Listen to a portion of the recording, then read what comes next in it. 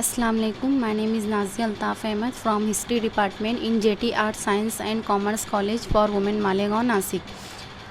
Dear students, in this presentation we will discuss about the rise of dictatorship for G3 TYBA. The title of the paper in TYBA G3 is History of the World in 1914 to 1992. The title of the unit is rise of dictatorship. Dear students, आज हम जो है तो rise of dictatorship के बारे में मालूमात हासिल करेंगे, उसके ऊपर डिस्कस करेंगे. ठीक है. What is the meaning of dictatorship? Dictatorship ये इसका लफ्ज़ी मानी हम अगर उर्दू में समझना चाहें तो इसका मतलब होता है डिक्टेटर यानी आमिर, आमरियत पसंदी की इब्तिदा, है ना, यानी कि उभरना, उसकी इब्तिदा. Rise of dictatorship. The internal situation became unstable and alarming right after the end of the first world war. Okay. Rise of dictatorship ये टॉपिक हम पढ़ रहे हैं, इसके बारे में मालूमात हासिल कर रहे हैं, लेकिन पहले इसे ये देखना है कि ये कब डिक्टेटरशिप जो है तो इसकी इब्तिदा कब हुई. अब जैसे कि यहाँ पे बयान किया गया कि the international situation became unstable and alarming right after the end of the first world war, है ना. इंटरनेशनल सिचुएशन जो है तो वो बहुत ज़्यादा ख़राब हो चुकी थी, बैनुल अक़वामी हालत अनस्टेबल हो चुकी थी, and alarming right after the end of the first world war, है ना. फर्स्ट वर्ल्ड वॉर के बाद जो है तो बैनुल अक़वामी जो हालतें थी लोगों की, कंट्रीज़ की, पूरी दुनिया की जो है तो हालत बहुत ख़राब हो चुकी थी, वर्स्ट हो चुकी थी. वजह ये थी कि the financial depression give rise to dissatisfaction among the common people. अब कोई जंग होती है, फर्स्ट वर्ल्ड वॉर आपको पता है कि 1914 टू 1918 तक चली. ठीक है. अब डिक्टेटरशिप की इब्तिदा भी इसके बाद ही हुई. ओके. कि आमरियत पसंदी की इब्तिदा भी जो है तो 1914 से लेके 18 तक पहली आलमी जंग चली, लेकिन उसके बाद ही राइज ऑफ डिक्टेटरशिप हुआ. ठीक है. पहली आलमी जंग के बाद जर्मनी के साथ वर्सेल्स में बहुत हद तक आमेज़ जो है तो मुआहदे हुए थे. आपको पता है कि पहली आलमी जंग में जो है तो जर्मनी के ऊपर जो है तो हद तक आमेज़ मुआहदे किए गए थे, जिसमें जर्मनी को बहुत ज़्यादा दबा दिया गया था. जर्मनी पर बहुत ज़्यादा माशी पाबंदी लगा दी गई थी और इस पर बहुत सारा जुर्माना भी आयद किया गया था फर्स्ट वर्ल्ड वॉर के बाद. तो माशी पाबंदी के साथ जब बहुत ज़्यादा जुर्माना लगाया गया तो इसके बाद जर्मनी उभर नहीं पाया, है ना. तो यहाँ पे वही दिया है कि the financial depression give rise to dissatisfaction among the common people.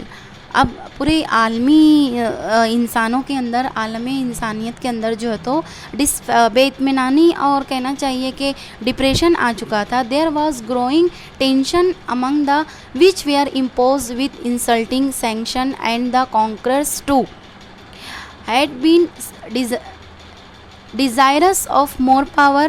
The hope of getting security through the League of Nations was destroyed. थोड़ा सा यहाँ हम पस मंज़र में देख लेंगे कि जब पहली आलमी जंग के बाद जर्मनी के ऊपर बहुत ज़्यादा माशी पाबंदी लगाई गई और बहुत ज़्यादा जुर्माना आयद किया गया, तो माशी पाबंदी के साथ जब उसके ऊपर जुर्माना लगाया गया तो जर्मनी उभरने नहीं पाया. माशी तौर पर जर्मनी जो है तो वो कंगाल हो चुका था और मुल्क की मईशत ख़त्म होने लगी थी. तो ऐसे में हिटलर जो है तो नाज़ी पार्टी का जो है तो क़याम किया. कहाँ पर? इसने जर्मनी में. ठीक है. अब लोगों की सोच फर्स्ट वर्ल्ड वॉर के बाद had been desirous of more power. The hope of getting security through the League of Nation was destroyed. जैसे कि मैंने आपको बताया भी है इस बारे में कि लीग ऑफ नेशन फेल हुई तो फर्स्ट वर्ल्ड वॉर हुई, है ना. तो जितने भी प्लेटफॉर्म थे, जितनी भी हिकमत अमली थी वो नाकाम हुई तो फर्स्ट वर्ल्ड वॉर हुई. अब जब फर्स्ट वर्ल्ड वॉर हुई तो फर्स्ट वर्ल्ड वॉर के बाद जो है तो पूरे कहना चाहिए कि इंसानी निज़ाम जो है तो पूरे आलमी कहना चाहिए कि पूरे इंसान वर्ल्ड में इसके असरात जो है तो रोनुमा हुए। आलमी जंग, अब जाहिर सी बात है वर्ल्ड वॉर थी तो इसके असरात जो है तो दूसरे कंट्री पर पड़े, जो नहीं शामिल हुए वो उस पर भी हुए, इसके असरात मुरतब हुए, है ना। अब वहीं से जो है तो डिक्टेटरशिप की इब्तिदा हुई। The democratic government in many nation started to collapse one after another. People lost their faith in democracy, है ना। लोगों का भरोसा जो है तो डेमोक्रेटिक गवर्नमेंट से उठने लगा, है ना, क्योंकि डेमोक्रेसी पार्टीज़ जो थी, उसके डेमोक्रेटिक गवर्नमेंट जो थी बहुत सारे मुल्कों में जो तो स्टार्टेड थी, तो वो जो है तो पहली आलमी जंग के बाद जो है तो वो पस्त होती गई, है ना। उसके बाद जो है तो the faith in solving problems through centralised military power began gaining around and democracy lost its roots, है ना। The faith in solving problems through centralized military power began gaining ground and democracy lost its roots. Thus atmosphere were favorable for the rise of dictatorship. अब क्या हो गया कि लोगों का जो है तो रुझान इस डेमोक्रेटिक गवर्नमेंट के ऊपर से उठने लगा फर्स्ट वर्ल्ड वॉर के बाद, और लोगों के भरोसे उठने लगे। तो यहाँ से जो है तो एक डिक्टेटरशिप की इब्तिदा हुई। कैसे डिक्टेटरशिप की इब्तिदा हुई कि जब लोगों के यकीन और एतमाद इस डेमोक्रेटिक गवर्नमेंट के ऊपर से जब लोगों के फेथ उठ गए, तो यहाँ से डिक्टेटरशिप यानी आमरीत पसंदी की इब्तिदा हुई। और किस कंट्री से हुई? वो भी जर्मनी से ही हुई, है ना।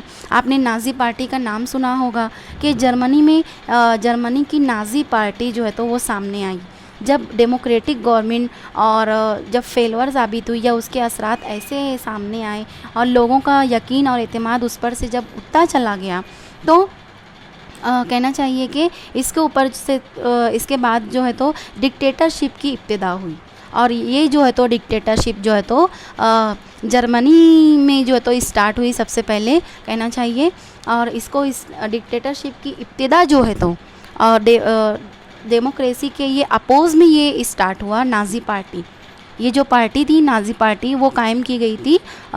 हिटलर की पार्टी का नाम था नाज़ी पार्टी, और यहीं से जो है तो आमरीत पसंदी की इब्तिदा हुई जर्मनी में, ठीक है।